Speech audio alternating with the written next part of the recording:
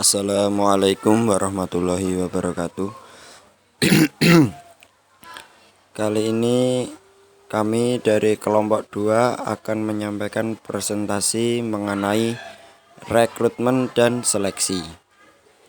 Adapun kelompok 2 yang terdiri dari saya Ilham Heri Cahyono, kemudian Mbak Temi Puji Astuti, kemudian Mas Muhammad Fakih Ulumuddin, dan yang terakhir ada Mbak Anggita Diah Kusumawati. Rekrutmen. Pengertian dari rekrutmen adalah suatu proses menemukan atau menarik pelamar pekerjaan untuk posisi yang terbuka. Kita perlu menekankan pentingnya perekrutan yang efektif jika hanya ada 2 kandidat yang melamar untuk 2 lowongan kerja. Mungkin kita tidak mempunyai pilihan kecuali untuk mempekerjakan mereka semua. Namun jika banyak muncul beberapa pelamar pekerjaan, maka kita dapat menggunakan teknik seperti wawancara dan tes untuk menyaring semuanya kecuali yang terbaik. Tingkat pengangguran yang masih tinggi ini banyak memberikan pemberi kerja merasa mendapatkan pelamar yang memenuhi syarat. Itu adalah suatu tantangan dengan pekerjaan manufaktur yang semakin berteknologi tinggi. Pekerjaan yang tersedia membutuhkan lebih banyak matematika dan ilmu pengetahuan dibandingkan yang dimiliki oleh sebagian besar pelamar. Perekrutan yang efektif tidaklah mudah. Yang pertama, beberapa metode perekrutan lebih unggul dari yang lainnya tergantung pada pekerjaannya. Yang kedua, perekrutan tergantung pada isu-isu non-perekrutan. Yang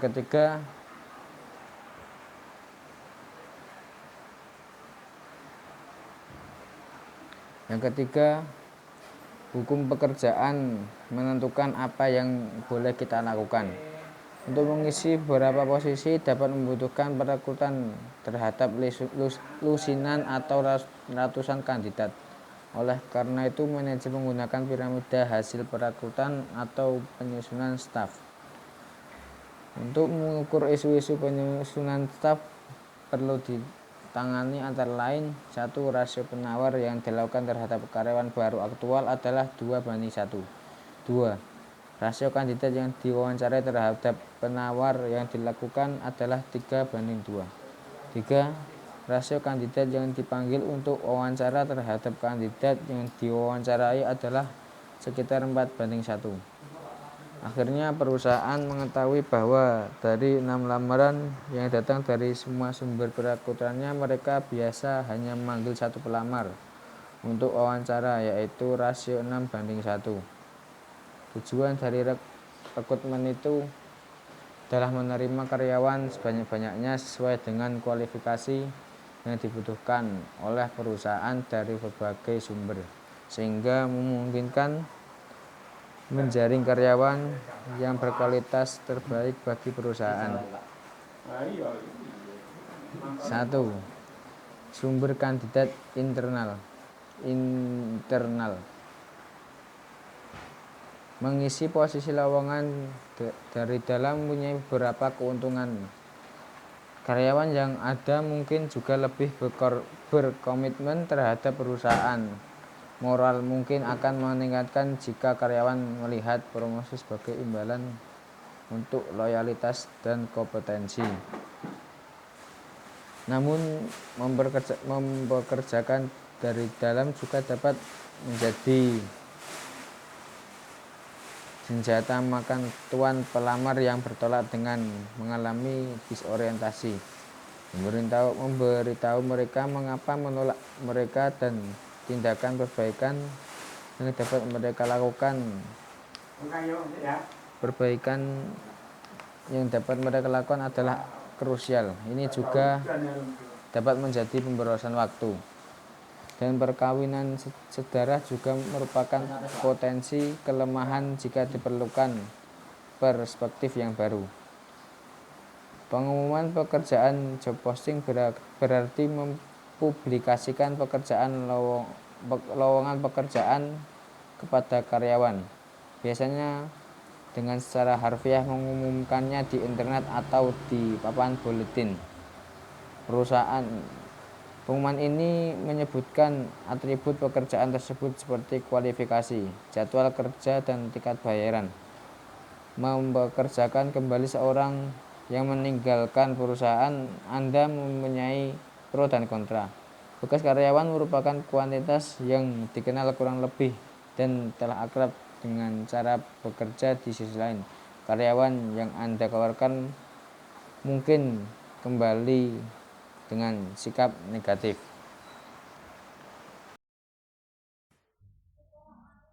Kemudian yang kedua yaitu sumber kandidat eksternal adalah mengisi lowongan dari jasa orang luar organisasi. Beberapa sumber yang digunakan untuk mencari kandidat dari luar antara lain yang pertama yaitu perekrut informasi dan pasar tersembunyi.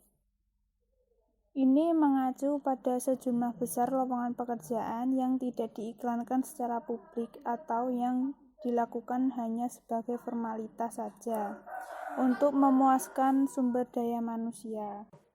Yang kedua yaitu media sosial atau SDM, yaitu mencari kandidat pasif atau orang yang tidak sedang aktif mencari pekerjaan dengan menggunakan jejaring sosial seperti LinkedIn, Recruiter untuk mencari resume anggota dan menemukan kandidat pasif tersebut.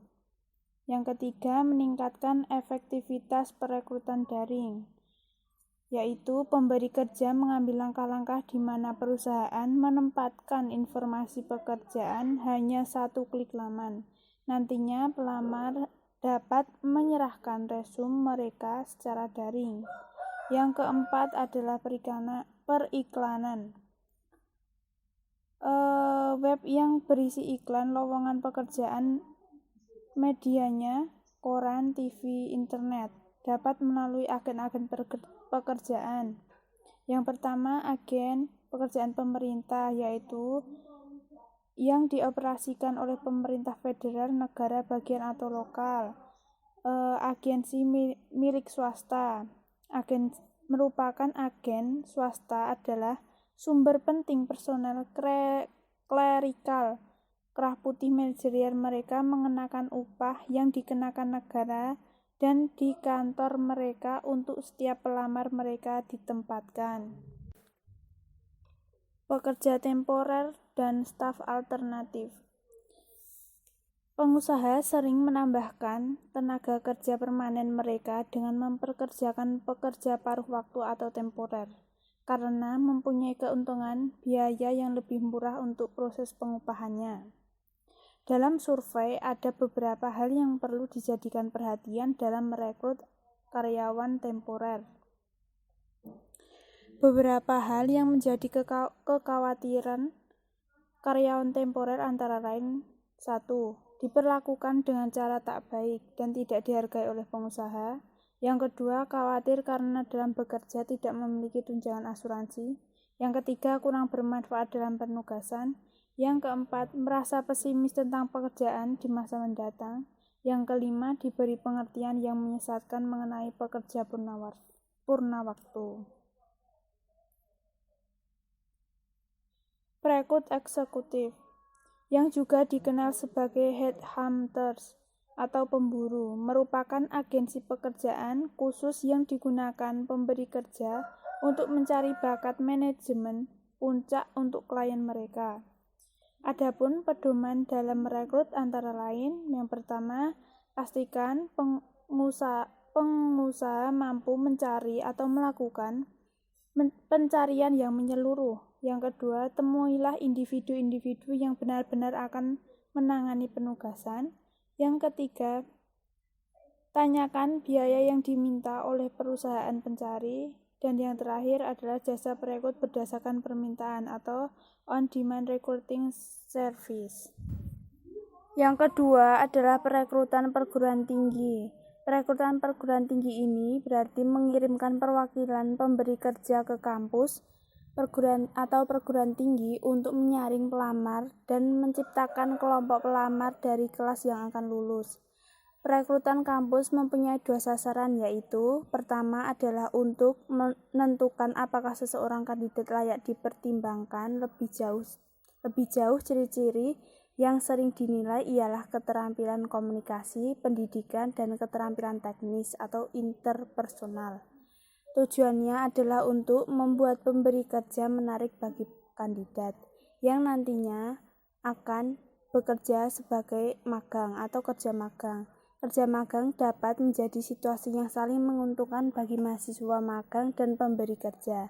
Mahasiswa magang berarti mereka dapat mempertajam keterampilan bisnis, mempelajari lebih banyak hal mengenai pemberi kerja potensial, dan mengungkapkan ketertarikan karir mereka. Pemberi kerja dapat menggunakan pekerja magang tersebut untuk memberikan kontribusi yang berguna, sembari mengevaluasi mereka sebagai kemungkinan karyawan purna waktu. Yang ketiga adalah memangkas biaya perekrutan atau menekan budget rekrutmen karyawan. Ini berarti menghemat biaya perekrutan bagi pemberi kerja untuk merekrut pekerja baru atau karyawan baru.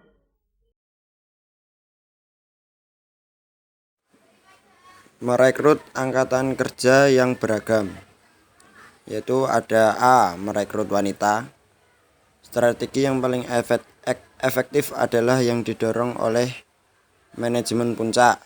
Di sini pemberi kerja menekankan bahwa pentingnya merekrut wanita, yang bertujuan untuk membuat jelas bahwa pemberi kerja tersebut adalah tempat di mana wanita ingin bekerja.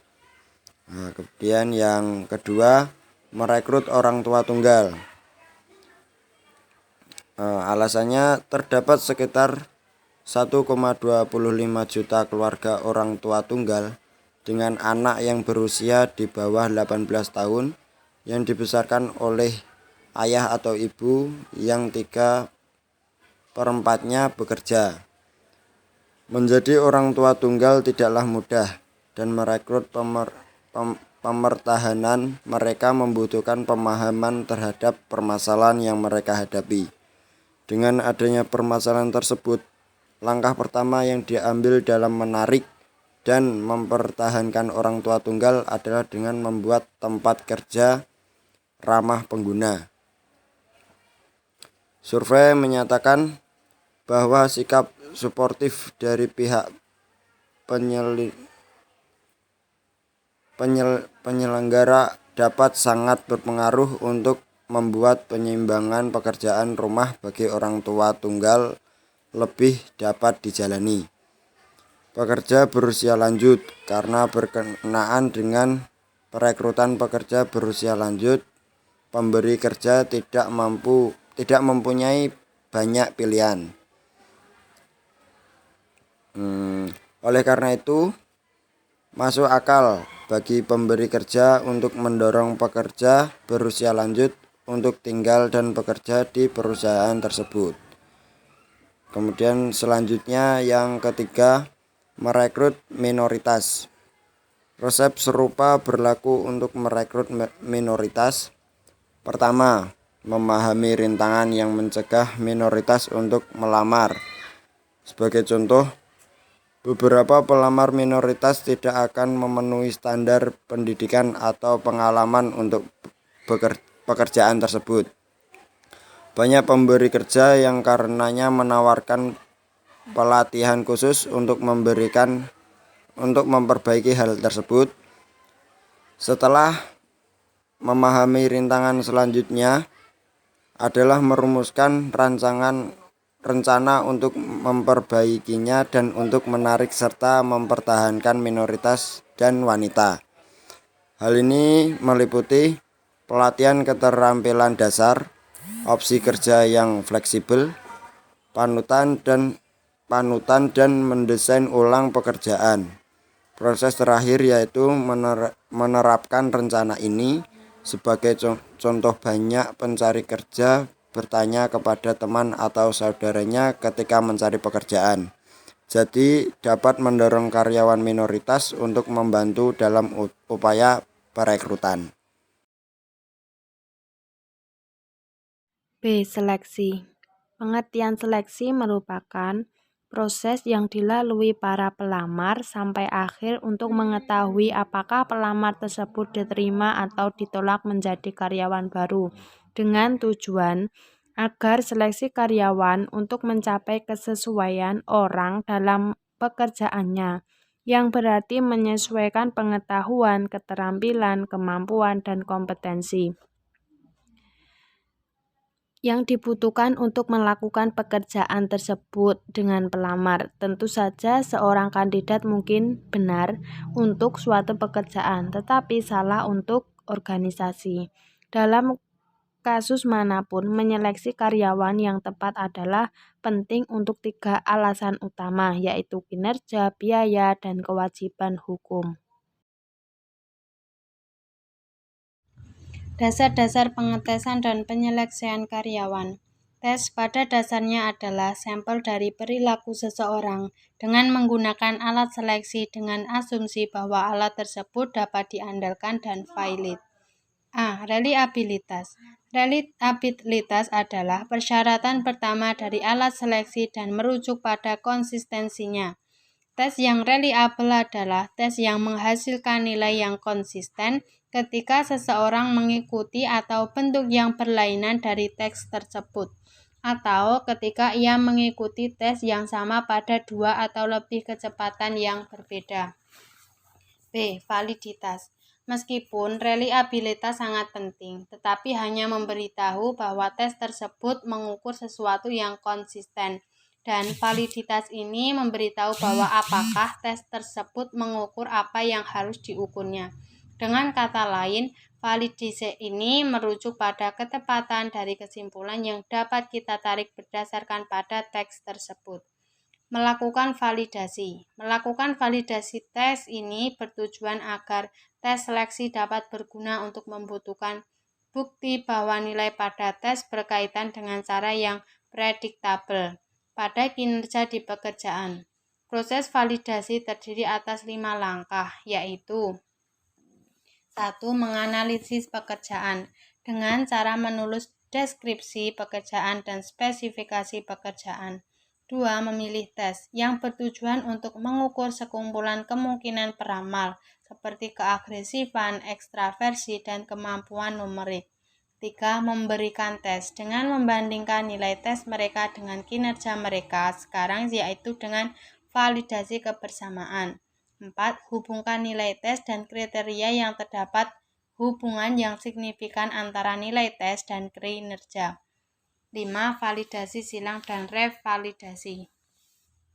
Analisis utilitas. Analisis utilitas menunjukkan sejauh mana peningkatan mutu jika menggunakan tes, dan jika tidak menggunakan tes dengan meninjau setiap langkah dalam proses perekrutannya. Analisis utilitas juga mempunyai jenis-jenis, antara lain 1. Tes kemampuan kognitif.